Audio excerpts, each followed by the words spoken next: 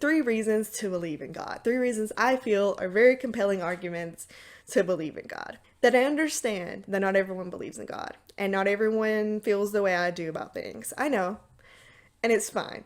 You don't have to feel this way I do. You don't have to see things the way I do, and I love you, I respect you, and I have no ill will towards people who disagree with me. And actually, I'm really open to hearing disagreements. Open to disagreements? Well, that's great, because I might have a few after this short intro.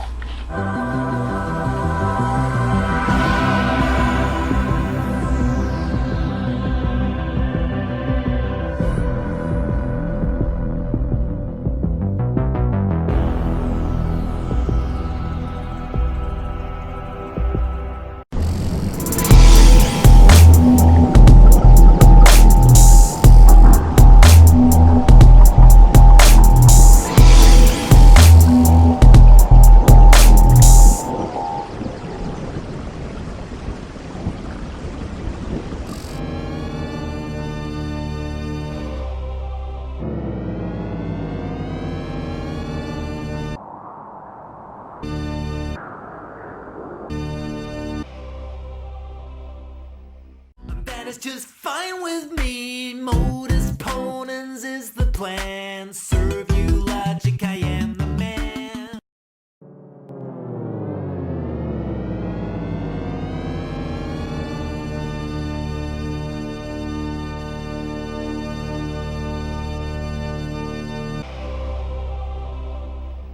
Logic ain't me.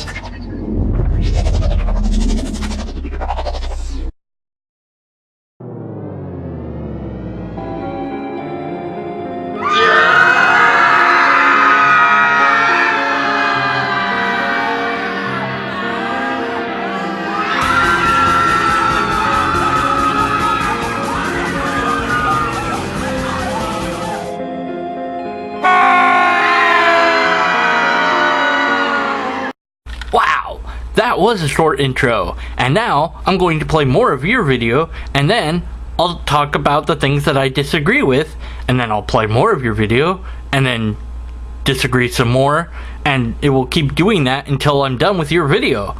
Yeah! Number 3 reason to believe in God is the best explanation for the origin of the universe. Now, this is opening a big topic right here at the beginning, but in my personal opinion and by all the research I've done, the origin of the universe, there is just no better explanation than to God. Having the best explanation doesn't mean the explanation is, in fact, the true explanation or even the real explanation. A burnt down tree with some claw marks in the ground and some missing sheep doesn't mean that a dragon did it. Well, but a dragon has claws and it has fire and it eats sheep. But I have no examples of a dragon. So even if the thing fits, it's not an explanation until I can prove that the dragon is real in the first place. And with God, you can say it's the best explanation simply because it seems to fit all the requirements that you need it to fit, but that doesn't make it any explanation until you can demonstrate that it is a thing in the first place. It's actually called the Kalam cosmological argument. I know it seems very philosophical, but The Kalam cosmological argument has been popularized by good old William Lane Craig and others, but mostly him, and it's now kind of everywhere on the net, so I'm not surprised to see that it came up during whatever research you were doing.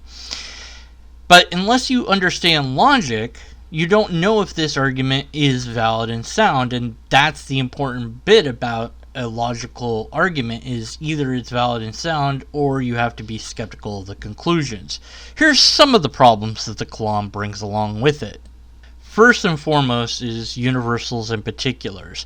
Now, Morton J. Adler does a pretty good explanation of both of these concepts in his book, How to Think About God. But right now, let's just focus on the universals, which is words like whatever, wherever, nowhere, everything, everyone, no one, anything, all, none. In the case of the Kalam, the word whatever is a universal claim. Universal claims must be known or shown to be true. We don't know about the whole universe, only the parts we've observed thus far. Thus, we would need to change the statement to better reflect reality. As far as we have observed would work, but of course then the rest of the argument would have to change as well. The begins to exist bit is vague and or simply untrue. We have not really seen anything begin to exist, only things change from one thing to a different thing. One cannot say when a table begins to exist. This is the heap of sand paradox or the balding paradox. Vague language simply does not belong in syllogisms. Was St. Thomas Aquinas. He's talked about, the way he put it was about motion. Whatever is in motion must have been put in motion by something else. Of course, St. Thomas wasn't the first one to come up with that. Really, it was Sir Isaac Newton. You already have Newton's laws. An object at rest will stay at rest unless acted upon another force, and an object in motion will stay in motion unless acted upon by a force. So, that's already established. The problem that the argument runs into, if you actually read Thomas's argument and understand logic as you read it, is that you have a special pleading moment for God. Everything has to be moved by a mover, and that mover is God. Well, but what's moving God? Well, nothing moves God. Well, wait a minute. I thought you said everything needs a mover. Well, everything but God needs a mover. Why? Just because there has to be an original mover, and God happens to be that. Well, why couldn't the original mover be the universe? Well, because there wasn't a universe at some point, so there had to be something to move it. Well, why couldn't it be something else that we don't know about yet? Well, because the answer has to be God for him to make an argument about God. Otherwise he would say, I don't know.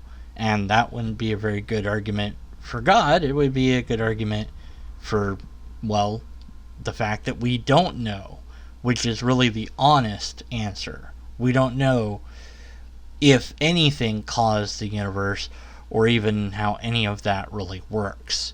Philosophers are not scientists. Things are in existence and have a cause. What makes that cause God? Well, the reason why I feel like God is the best explanation for this argument is because really the only two options that we have here in this, to explain the origin of the universe is either the natural or the supernatural, right? Wrong. Because the supernatural isn't a thing that has been established to be a choice in this dichotomy. Well, either it's this or it's that. Great if both of those things are possibilities. I open the door and either I go into my room or I go to another universe. Well, wait a minute. The going to the other universe part hasn't been established as a thing that can happen yet.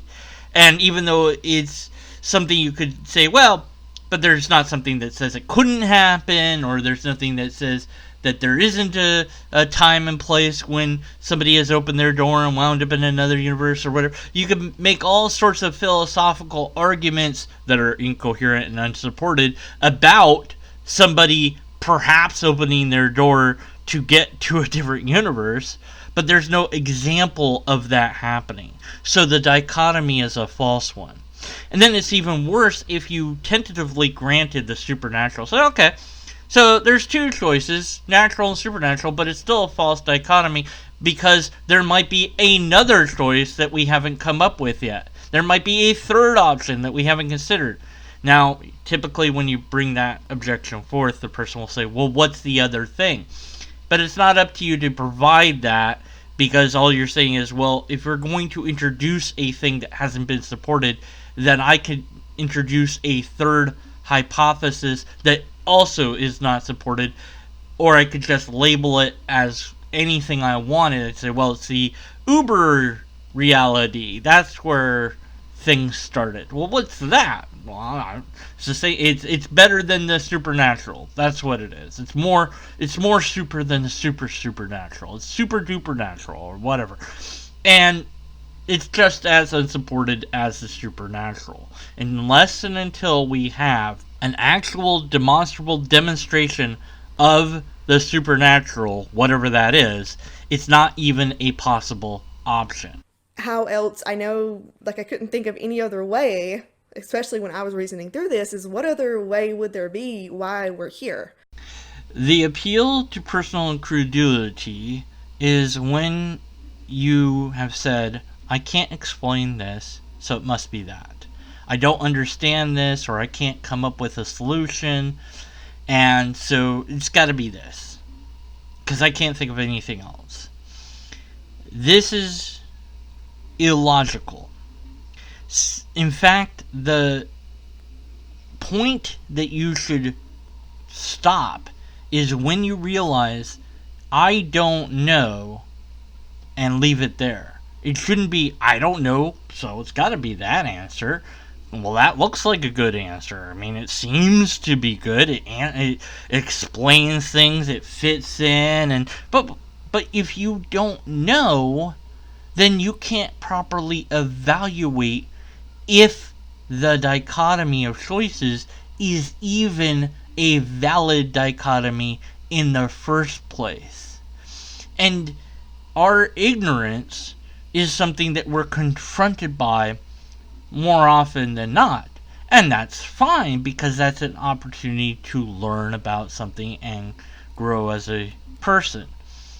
You have to maybe learn more science. Maybe you have to learn about logic. Maybe you have to learn more about philosophy. Maybe you have to learn about things that aren't just apologetics, that already reaffirm what you currently believe, but learn about things that are not what you believe in, and see what they have to say on the matter. And then come back to it with at least less ignorance than you had before, and say, well, okay, well, it could be this, but it could be that, or it could be something else, or maybe I don't even know what other possibilities there could be, and that's where I should leave that, is I just don't know then. And having that I don't know as the mystery is intellectually honest, whereas asserting, oh, it's got to be this, is logical fallacy and intellectually lazy. Some people, especially some scientists and people that, the smart people of the world, the smart people, try to say that, well, it's just made of matter and energy. You have the Big Bang Theory, you have other theories that try to explain that out of natural elements, the world was created and the universe was created. Well, this is kind of where, to me, that falls apart. So, nature within itself, though, how can something be created within itself? Meaning that how could have nature created nature? It's an interesting admission to say that smart people have said X, Y, and Z, but let's just ignore that and go with my belief, my explanation, my idea. But why? I mean, if they're smarter than you and I, why are we not listening to them? I mean, they are smarter. They know more. They've studied more.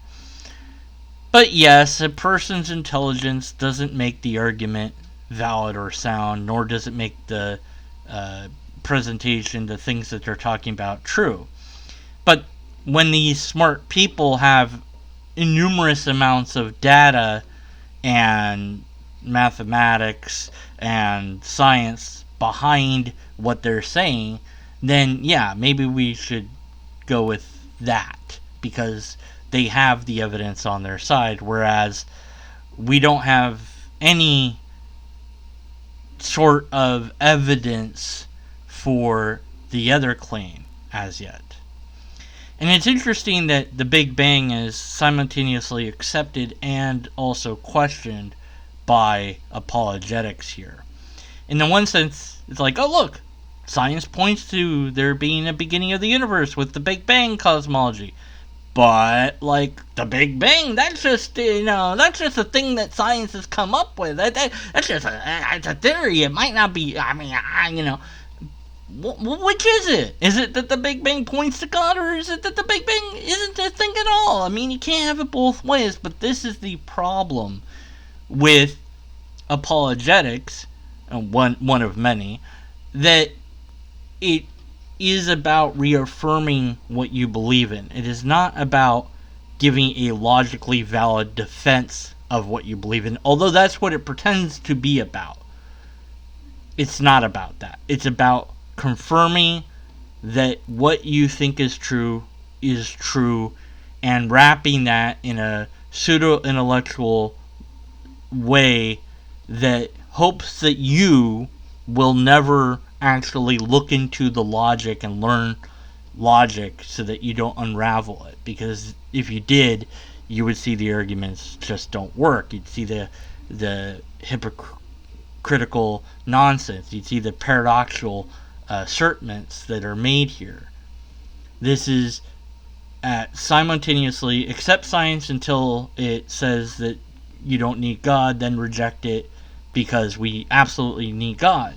And so, whatever the answer is, if we've already decided that we're not going to not believe in X being the answer, then we can never find out what the answer might actually be if it turns out not to be X, because we're stuck with X.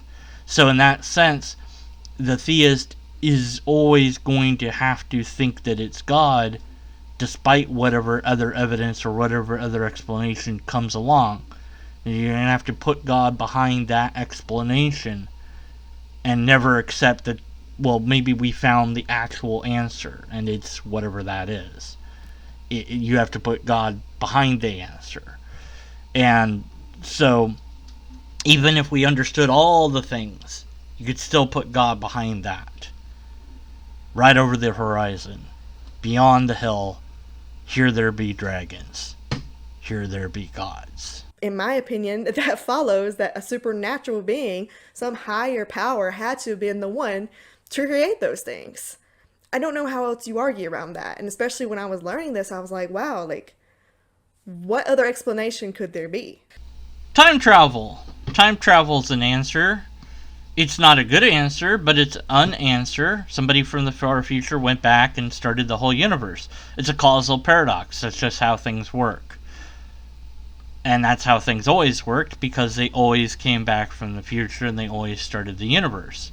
They could not have not come back from the future and not started the universe, because that's how things happened and how things have always happened.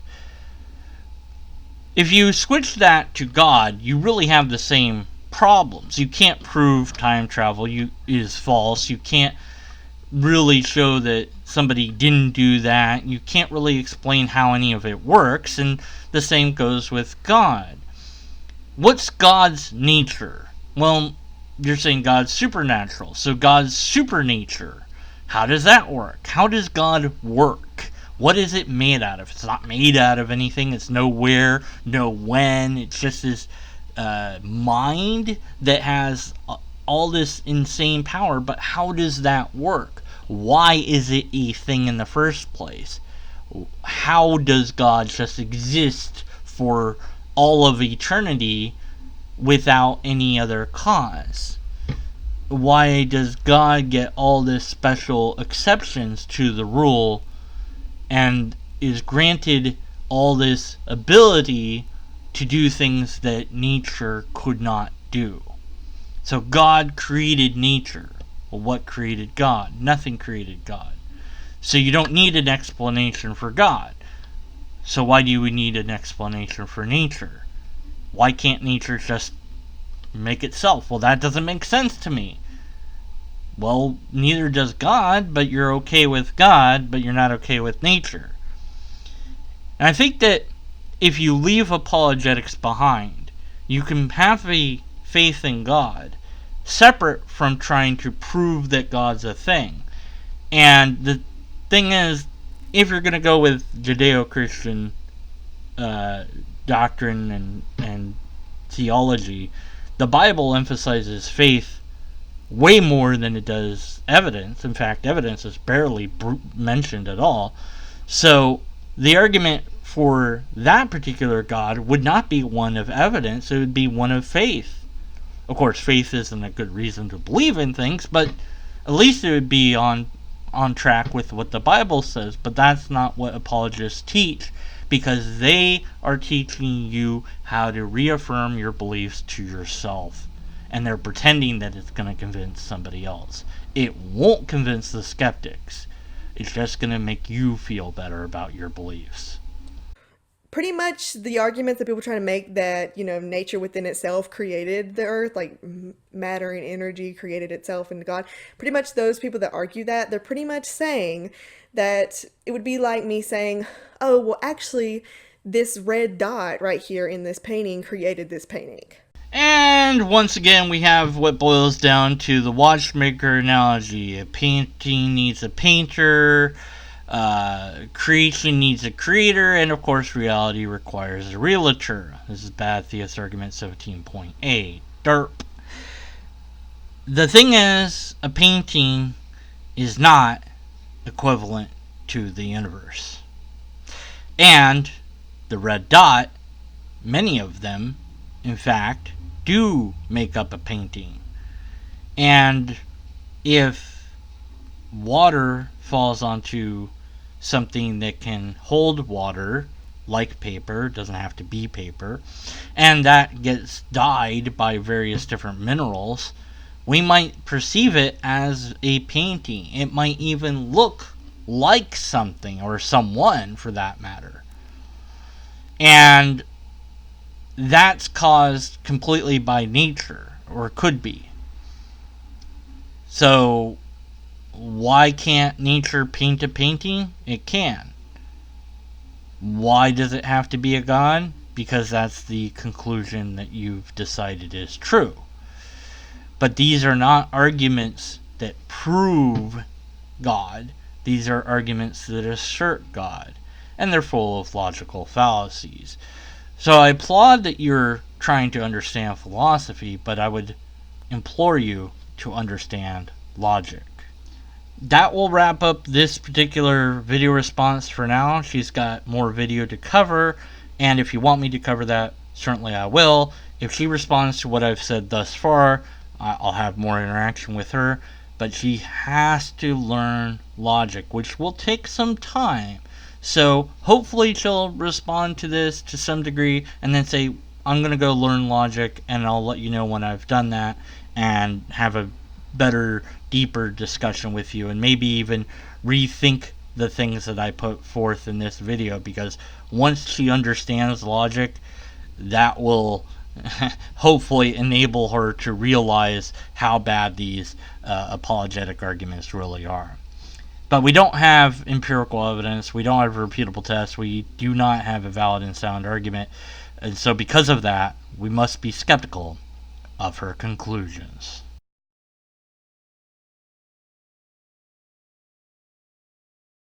See? The intro was